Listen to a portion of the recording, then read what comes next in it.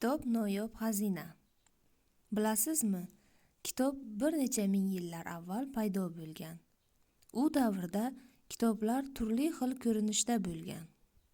Odamlar qog'oz bo'lmagani uchun ma'lumotlarni tosh taxtachaga, sopol idishlarga, suyaklarga yozishgan.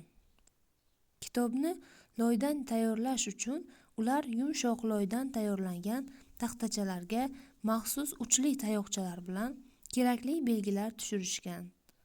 So'ngra uni oftobda quritishgan yoki olovda pishirishgan. O'sha davrlarda mana shunday maxsus loy taxtachalardan tashkil topgan kutubxonalar ham bo'lgan. Xitoyda esa dastlab kitobni qamishga o'xshagan bambuk o'simligiga yozishgan. So'ng ipak matodan tayyorlashgan. Ilk qog'oz ham Xitoyda paydo bo'lgan. Kitoblar hayvonlar terisiga ham yozilgan. Bunday kitoblar vatanimizda saqlanmoqda. Kitoblar uzoq vaqt qo'lda yozilgan. Bu jarayon juda katta mehnat va chidam talab qilgan. Shuning uchun ham tarixda kitoblar juda qimmatbaho hisoblangan.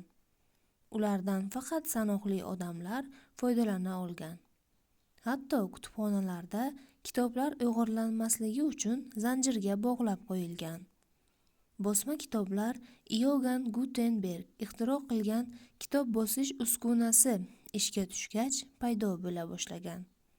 Bu ixtiro kitob narxining pasayishi va ko'proq odamlarning kitob o'qiy olishiga imkon yaratgan.